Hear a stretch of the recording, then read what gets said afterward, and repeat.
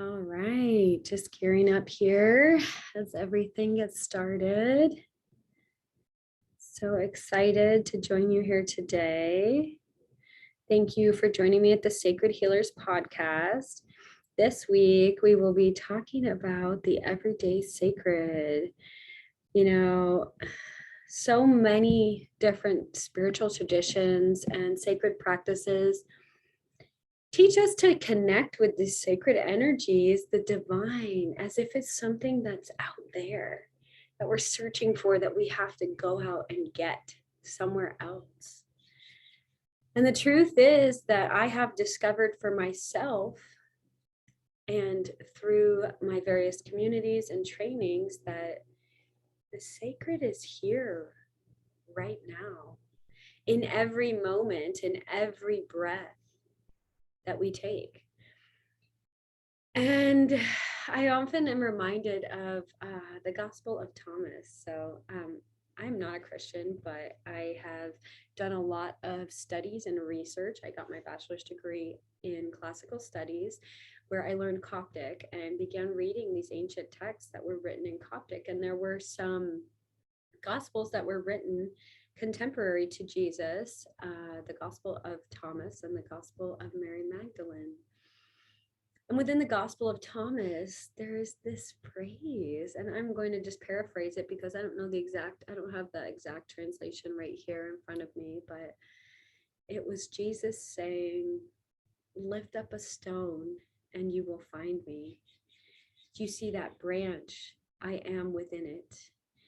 And the understanding was more of an animistic type connection with the sacred. So shamanic people and practices throughout the world, throughout time, all of the recordings that we have of these shamanic practices in all these different places, and of course they're all different, but there's something in common, and it's that understanding innately that everything is connected, that everything is inherently sacred. So those stones that we connect with, crystals, that they are sacred, that the trees that are living and breathing around us are sacred, that the conversations that we have are sacred, the feelings that we have, they are sacred as well. Feel that air in your lungs as you breathe in. Feel it as you breathe out. That is sacred. The breath that you take is sacred. The thoughts that you're thinking as you are awake, your consciousness is sacred, right? That we are all sacred and have within us these sacred abilities that are different, that are interesting, that are alive and awake and are not exterior to us. We don't need to search outside of us to find that which is sacred, right? And a lot of times as we're being trained in sacred facilitation, as priestesses, as healers, as anyone in a job, we're asked to leave that part of us behind, right? And even motherhood has been often looked on, and Mother's Day is coming up. So this is part of why I'm talking about this, that I see a lot of women in their careers feeling like they have to detach from their children in order to be within their careers. And my belief, my feeling is that actually we need to embrace that sacred nature of being a mother in order to step more fully into the work that we're here to do as women, right? That we can't divorce ourselves of the motherhood that we have created, right? And for some reason, for some women, that motherhood is actually the beautiful creations that they make, their businesses, it's their their homes, it's all these different things that we are all creatrixes of our reality, and we do not need to divorce ourselves of a connection between our creations. So It's part of why I include my family in sacred ceremonies that I do. And I always try to make it so that they can witness, they can experience the energies of these ceremonies, because they are part of the sacredness of it. That actually children yelling is not something to be shoved aside. They're to be included and embraced and honored in their joyousness, in their laughter. That grueling work of being a mother to young children, and it is grueling. There are 5 children here at my home, and some days it's really challenging, and some days I can feel it. The nature of the work that I'm doing with those children is absolutely sacred. The work that I'm doing to help nurture these tiny little balls of light so that they can expand, they can connect, they can step into their dreams in a beautiful way. This is sacred. It is an absolute part of my own divine work here in this time. And then I've called these souls into my life for a reason, so that I can support them, so that we can support each other and teach each other as we step forward. And this is a big part of the work that I do. I believe that it's not just that, like, okay, I'm a priestess, I'm going to step out now. Goodbye. I'll do my priestess work and I'll be back later. It's that my family is an intricate part of the work that I'm doing. And it has taught me how to stand in love, even when I'm frustrated, angry, busy, overworked, tired, burned out, in despair, in depression, and any of those things, that I keep coming back to my connection with these tiny spirits. They're very big spirits, actually, but tiny humans. And that I keep coming back to my relationship with my husband and connecting with these humans that are holding so much space for me to do this sacred work. And it's so beautiful that they're honoring this work, that they are honoring our family and the job that I'm here to do in this world. So I think that we can take some time and really just start to resort how we look at these different things in life. That is changing diapers glamorous? No, it's not glamorous, but it is sacred to be able to hold these children in safety while they develop, while they shift, while they change. And it's part of the devotion that I have in my life, and it's not for everyone. Everybody has a different path, of course, but I do just absolutely love and adore and honor the lives that I'm here to care for, whether they're my clients, whether they're my friends or my family. And so as we step forward and are going through our day, doing all this stuff, like, what are we doing it for? What is the freaking point of going to work and getting the money and doing the thing, right? Why are we even doing that? It's so that we can have time to connect to the people we love in our life. And so we can have resources to connect to the people we love in our life, that we can love them more, that we can show them our love more, that we can be with them.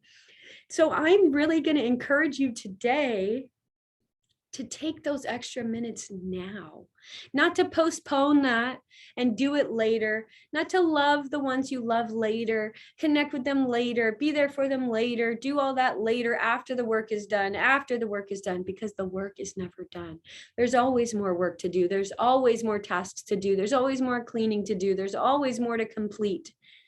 But what you cannot get back is this moment right now, this moment where you connect with your beloveds, that connecting with those you love, whether they're friends, family, children, partners, yourself.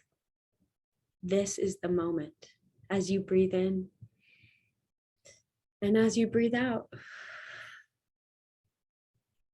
It's not a magical thing that happens later when you're in a ceremony and everything is building and the medicine is beautiful and we're opening our hearts. That is not the only time. That is beautiful. It's so fun. And I love doing that. But that is not sustainable. That is a couple hours in time.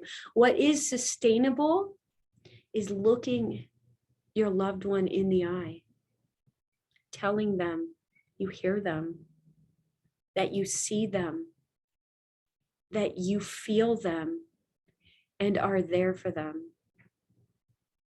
Looking yourself in the eye and seeing yourself exactly as you are, in all the beauty, in all the glory, in all the despair, in all the heaviness, and with all the flaws, and loving yourself anyway.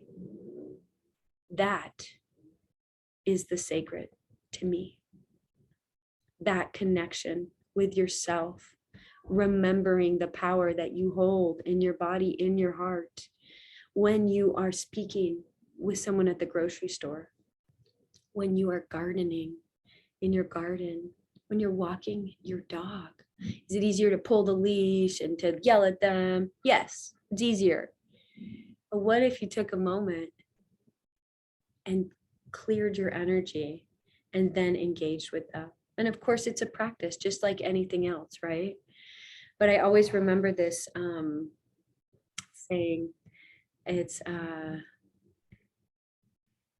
before enlightenment, chop wood and carry water. After enlightenment, chop wood and carry water.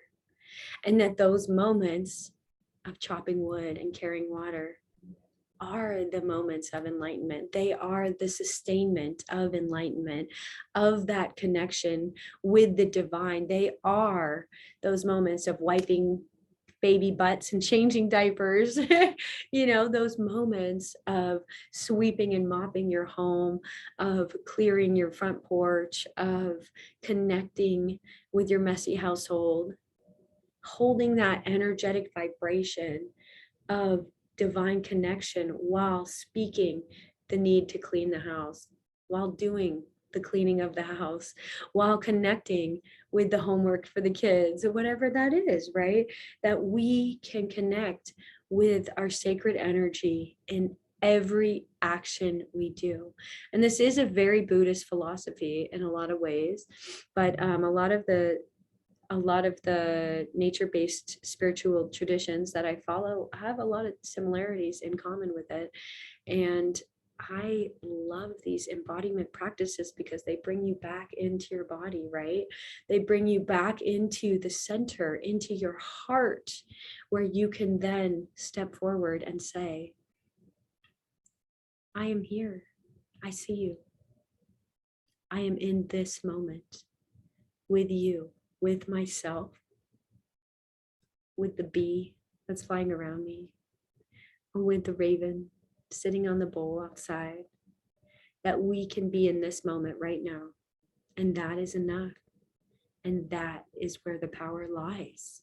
It's not in searching outside, somewhere else, for something else. It's about coming back here into our hearts over and over and over again. So this, for me, is one of the hearts of sacred leadership. That it's not just making big magic at big rituals, which I love to do. It's not just having big, powerful, transformative healing sessions with my clients, which I also love to do. And it's not just magical medicine journeys, right? It is every moment awake, every moment alive, every minute in integrity, in authenticity, in connection with nature, myself, and my beloveds. And I just wanted to bring that to you today. It felt powerful for me. And as Mother's Day is coming up, it just felt that it was needed to be spoken. That's not one day a year that we celebrate being a mother. And that doesn't mean actually only just creating children in your womb. as a lot of women are mothers to their friends, they're mothers to their colleagues, they are mothers to their businesses, they are mothers to their art. Women create in all sorts of different amazing ways, and all of those creations are sacred.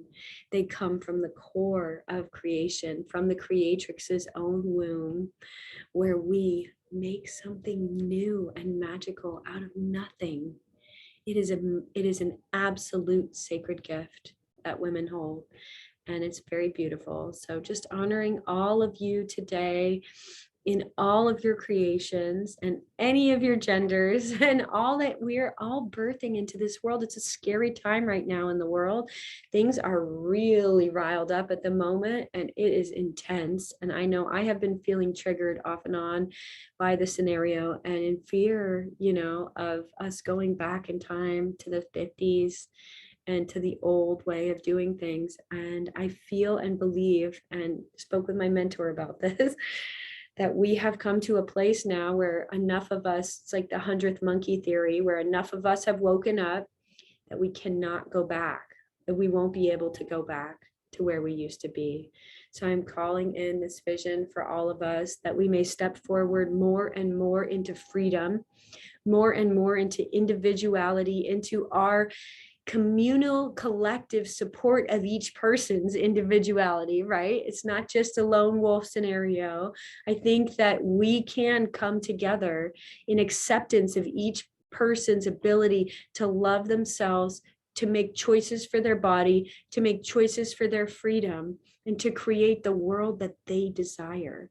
So I believe that that is happening, that we are stepping forward deeper into this world, and that this is just the end of an old paradigm. And it's really scary to be here, but we're going to keep walking together and keep learning more and keep rising to our highest level of magic with ourselves and with each other. And I am just so honored to be here walking beside all of you, and I'm sending my love. Blessed be.